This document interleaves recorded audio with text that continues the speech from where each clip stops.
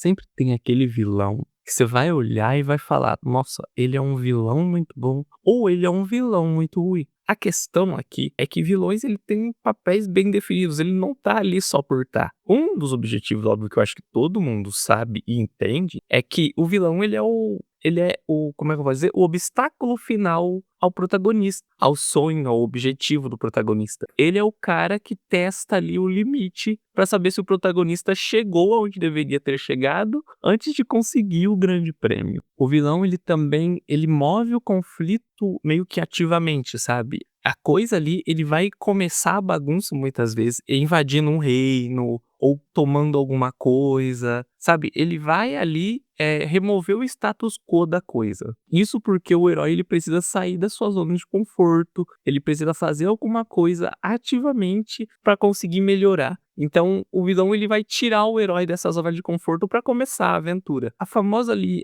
meio que o chamado a jornada do herói, sabe essas coisas todas que você já deve estar cansado de escutar? Em alguns casos também, em vários pra falar a verdade, o vilão ele é simplesmente o espelho do herói. Por exemplo, o Batman e o Coringa, por exemplo, eles tiveram ali a mesma origem, entre aspas, óbvio, porque o Batman é extremamente rico, mas o Coringa ele passou pelos traumatismos de Gotham, ele também sofreu as injustiças de Gotham. A diferença foi como cada um foi lidando com isso ao longo do caminho. Enquanto o Coringa enlouqueceu e se tornou um caos ambulante, o Batman ali tentou ficar o mais sensato possível e sendo aquele que tenta manter um pouco de ordem. Mas as coisas são bem mais complicadas do que isso, tá? Isso aqui é um resumo, basicamente. Ou também o vilão ele pode ser aquilo que o herói, o protagonista, acabaria se tornando se ele não conseguir consertar as falhas no caráter, o que é uma coisa um tanto quanto comum. Você pode ver que muitas vezes eles detêm mesmo os ideais, eles detêm a mesma linha de pensamento, muda a forma como cada um vai executar alguma coisa.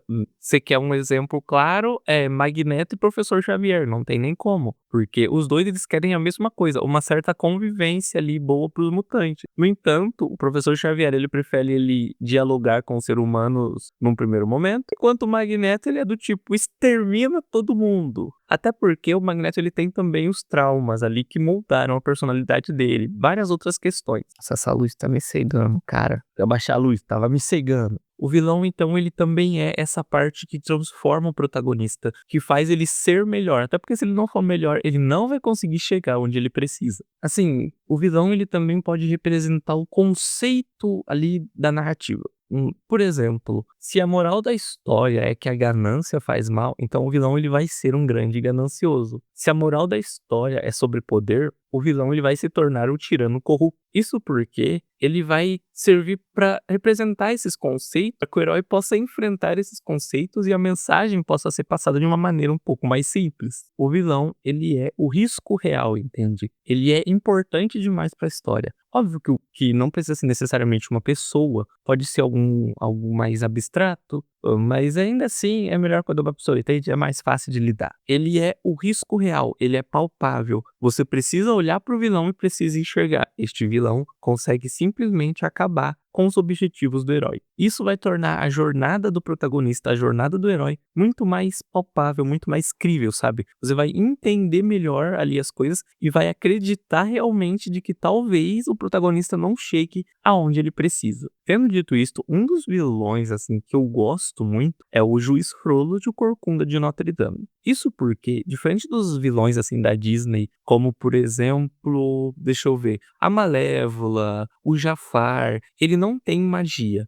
O poder do Frollo não é mágico, sabe? É poder meio que político, poder social, poder econômico. Ele é dos vilões da Disney, pra mim, um dos mais reais, porque você consegue claramente enxergar que tipo de pessoa seria o Frollo na vida real. Ele é a personificação da hipocrisia humana, simplesmente perfeito em todas as questões. Ele é um juiz eclesiástico. Naquela época, assim, ele tinha ali uma certa quantidade de poder. A gente começa vendo o filme do Corcunda de Notre Dame com ele perseguindo pessoas e a gente não tem, assim, a noção do porquê. A gente percebe que tem um certo tom de arrogância da parte dele. Quando ele pega a mãe do Quasimodo, que é um dos personagens ali que permeia a história toda, é basicamente o protagonista, ele simplesmente elimina ela em frente à Catedral de Notre Dame, que é um grande problema. Mas ele não enxerga isso como um problema, porque para ele estava sendo usado como um instrumento divino. Ele estava usando ali suas convicções para justificar os erros que estava cometendo. O único motivo dele ter parado foi porque o padre da catedral simplesmente o interrompeu, senão ele teria jogado o Quasimodo dentro de um poço. Isso porque ele achou que a criança, além de ser filha de uma cigana, ainda tinha um problema. Ele chamou o Quasimodo de monstro porque ele tinha alguma espécie de deformidade. E ele ainda assim não ficou intimidado pelo padre estar vendo ele fazer aquilo. Ele ficou intimidado porque o padre conseguiu apelar para uma coisa que era muito importante para o juiz, que era o senso de justiça divina que ele tinha. Então, quando ele aponta pro Frollo e aponta para as estátuas que estavam ali olhando toda aquela cena, o Frollo sente um pouco de medo, porque lá no fundo ele sabia que tudo que ele estava fazendo era por puro preconceito. Frollo ele se acredita ser superior às outras pessoas. A gente vê isso em vários momentos do filme. Mas vamos por partes para as coisas ficarem um pouquinho mais fácil de entender. No começo, ele cria o Quasimodo, assim, só que não de um jeito que se cria uma pessoa normal. Ele cria o Quasimodo para ele viver escondido da sociedade, porque ele fugia do padrão que o Frollo queria estabelecer. Para ele, ciganos, qualquer pessoa que fosse diferente, simplesmente tinha que ser eliminado. Quando ele cria, então, o Corcunda de Notre Dame, ele basicamente ensina para ele palavras que têm ali uma questão meio depressiva, sabe? Meio depreciativa. Ele usa a educação para tentar manter o Quasimodo preso ali onde ele estava. E dentro de toda a parte do filme, o Frollo, ele vai ali tentando eliminar o cigano de alguma forma e tentando manter o Quasimodo preso, o que é muito, muito frio da parte dele. Em um dado momento, quando o Quasimodo sai ali pro festival, que o Frollo, ele finge não gostar, tá? É bem claro isso, porque, querendo ou não, aquele festival dá pra ele uma sensação de superioridade melhor. Ele é aquela pessoa que não faz o que todo mundo faz, mas quer que todos vejam que ele não faz o que as pessoas estão fazendo. Não sei se deu pra entender muito bem. Ele quer os prêmios por estar sendo ali uma pessoa diferente das outras, sabe? Ele não gosta do festival, mas ele vai porque ele é um juiz e precisa participar. Essa é a justificativa dele pro Quasimodo. Só que, como eu disse, lá no fundo, ele se sente superior e é por isso que ele vai participar desse negócio todo. E quando ele vê que o Quasimodo tava lá e começam, assim, a fazer piada dele, ele simplesmente não impede, mesmo ele podendo. Como diz ele pro capitão da guarda, ele precisa ensinar uma lição pra alguém. O Frollo não tem poderes mágicos nenhum, mas ele tem esse poder político, esse poder social. Isso é o que demonstra, assim, uma riqueza de detalhes muito grande, porque isso seria possível, meio que, na realidade, se a gente for ver bem. Alguém com poder suficiente para incendiar uma cidade toda atrás de uma única pessoa. Como a gente vê quando ele canta Hellfire, ele tá claramente se sentindo superior ali aos próprios padres ali de baixo. Ele respeitava os padres, mas não porque ele acreditava num poder superior em si, mas porque ele tinha ali ainda um certo receio das coisas.